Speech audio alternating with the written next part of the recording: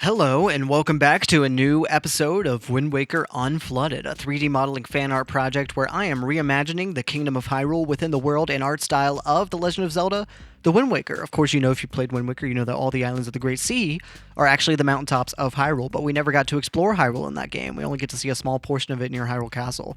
So now, through the power of 3D modeling, I'm bringing that world to life, that world that we never got to see. This is Hyrule as you've never seen it before. This is Wind Waker Unflooded.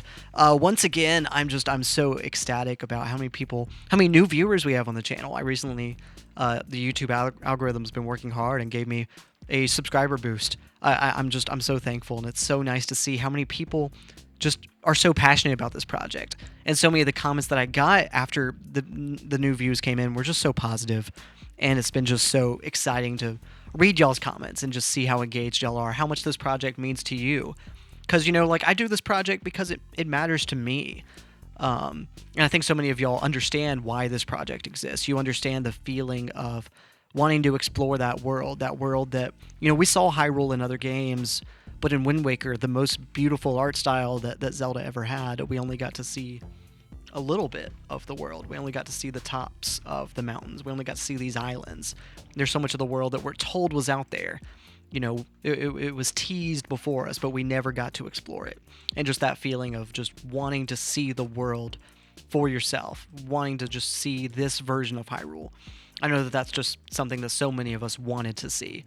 And it's been really exciting to get to just have a reason to dive into Wind Waker and its lore and its world and think about its geography in deeper ways. And it's been so rewarding. Wind Waker is my favorite Zelda game. And just so having a reason just to study it and learn from it. And there's so much that they do within the map creation of that world that is just so smart. And just having a reason to study its models and try to emulate them it's been a lot of fun. And I really just love the challenge and love that there's so many people that love watching this channel. Thank you all so much for being along for the ride. And as always, if y'all have any ideas, I want to know y'all's ideas. I want your feedback. I want your criticism, but I also want your ideas. And so leave a comment down below about just things that you want to see in the world, thoughts that you have about how the project's going. I want to know what y'all want to see next, and that directly informs the kind of stuff that I work on. So, I love it when y'all leave comments, and I ask that you do, in fact. But in this video, we're going to work a little bit more on the area around Greatfish. This is mostly just a terrain modeling video, just putting things together with the geography and just figuring out the shape of the world itself. Sometimes I'm really diving into lore in my videos, and I'm discussing Zelda theories and history. In this video, we're just kind of sculpting the world itself, and that's really what we're prioritizing here. Just thinking about this canyon around Greatfish that is so dramatic, and it was a lot of fun just to work on this terrain. But there's not really a lot of questions to ask here. But I do want to add a town here, just kind of a canyon town. I've been talking to y'all about the idea of a mining town there. That's something that we've been talking about as a community, and I think that that's a really cool idea. And this just creating the canyon itself, is a great first step to thinking about the town that'll be built kind of along the canyon walls. That's the idea. So that is not this video, spoiler alert, that is a future video. But either way, it is in the cards. And, if there's any other ideas that y'all have about the canyon or the mine before I really get into that, while I'm just working on terrain, this is your chance to stop me and say, hey, Joe, I got ideas before you get too far. As always, I invite that. That's why I show progress. And I talk about it that, sometimes it's hard being so transparent about the progress of the project because there's so much that is in rough shape. There's holes just in the world. There's things missing. And there's things that, I just need to work on, things that are not final versions of themselves. There's so much that's just rough. And so it's always a little vulnerable, it makes me feel vulnerable showing off the progress of this project. But I guess I thank you that y'all are still interested in seeing it, and I thought it would be valuable to just show you the project as it is. Y'all know it's a big project. It'll take a long time. I'd rather just show you the progress as it is and be honest and transparent about it so that I can get your feedback with where it's at instead of waiting until it's presentable to show it off. But anyway, I think we'll talk more about all this stuff after a short message. So I will talk to all of you again after the break. See you then. If you want to be able to support me as a creator, there are several ways that you can make possible the creation of everything that I do. Become a Patreon member. I post all kinds of exclusive content that you can only see first on Patreon. Stuff like behind-the-scenes content for my filmmaking projects, whether that's in-progress scripts, storyboards, rough cuts, anything for my newest films that aren't posted anywhere else besides Patreon. So become a member. You know, there's a whole range of prices, and you can support me even in small ways. That's super meaningful. Supporting me on Patreon too gets you in the credits list of any film that I release while you're a member. And like I said, even a little goes a long way. You can also collaborate with me now through Fiverr. I offer a range of services that could help bring your project to life. And if you've heard any music in the background of this video, that was my music. So feel free to look me up on Spotify or Apple Music or wherever you listen to music. Type in Joe Kendrick. That's JoeKendrick. Look up Joe Kendrick on Spotify. Supporting me is super meaningful. I don't make any ad revenue on Wind Waker Unflooded. If you see an ad on the videos, because YouTube is putting ads on the videos, I'm not making any ad revenue from this project. It's completely not monetized for me. So if you want to be able to support me as a creator, any way that you can do that means a lot, and it goes towards the creation of all that I do. So thank you to everyone who's supported me along the way. And we're back. Hello, everyone. Welcome back, everyone. It's always good to have you. I just, in case I didn't say it already, I'm so thankful to have y'all, and it's just so nice to have a project that I can share with so many people that care about it, that are passionate. I know Zelda is something that's so close to so many of our hearts, more than other series, right? Because I think it's a series that really speaks to the soul in a way. Like, what is Zelda about to you? That's a hard question to answer sometimes. But I think really, like, it is a feeling more than anything. And I hate saying that, right? Because there are conventions of Zelda. There are things that make Zelda, Zelda, to me. There are traditions, there are conventions. But ultimately, like, to me, like, what Zelda is about is the way that it resonates with me. And there's things that it doesn't have to do that.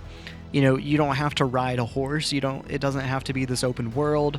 It doesn't have to have traditional dungeons. And there's conventions that could keep breaking. You don't need the green tunic. These are traditions, right? And those are things that, like, I hope the series keeps going with, and it's been interesting to see it challenge those conventions recently. I want the green tunic. I want the dungeons, the traditional dungeons, right? I like there's things that I want, right, out of traditional Zelda. I want even a linear story, right? But I'm okay with it breaking those conventions as long as the spirit remains there. And I think more, I don't know, there's some games that struggle with that spirit in different ways, but I think all of the Zelda games have it. I think this whole series, like, it does such a good job of iterating and changing and not being afraid of transforming into something completely unexpected. And Wind Waker is an example of that. It was not shackled by its traditions, and I love it for that. I love that it's not just, another Ocarina of Time. And when Nintendo did try to, like, make kind of an update on the formula of Ocarina of Time with Twilight Princess, they still did so much new. And I love that about Zelda. I love that it can change, and I don't need it to stay the same, because what I love about it will always be in at least the old games, I guess this is just like, this is just things I've been thinking about at a recent podcast episode, just about what I want for the future of Zelda. And I don't know, like, I expect that Zelda, like, it'll probably go back to some conventions that the fans have really been asking for. But I also think, because Nintendo listens to their fans. That's my, experience, is that they do listen. Like, when people have thoughts on Zelda, on the franchise and criticism, they listen to the fans. But also, like, they keep going forward and they don't look back sometimes. And I'm excited to see, because Breath of the Wild and Tears of the Kingdom were such huge departures for the Zelda series. And I have a feeling that the next major installment for Zelda could be an equally major departure from both the Breath of the Wild format and from the previous Zelda formula, right? And I'm so excited to see what they come up with. And I'm okay with things changing, Like, there's things that I hold dear. There's things I want them to return to so badly. But just, like, I love that Nintendo is creative. And more than anything else, I want to encourage creativity. And I think that's been interesting just within the scope of this project, within Wind Waker Unflooded. That's something I've been thinking about. Because fundamentally, it is a fan project. I'm 3D modeling, just, through this art project, I'm 3D modeling a world based on a pre-existing game through the overworld of the Wind Waker. and it's based on the overworlds of other games, but it's not just a salad of all those things. Like that's part of it, right? Meshing it all together. But it's also a creative project where I get to do my own spin on what would Hyrule be like if it had existed in Wind Waker. That is a creative question, by necessity, because there's not enough.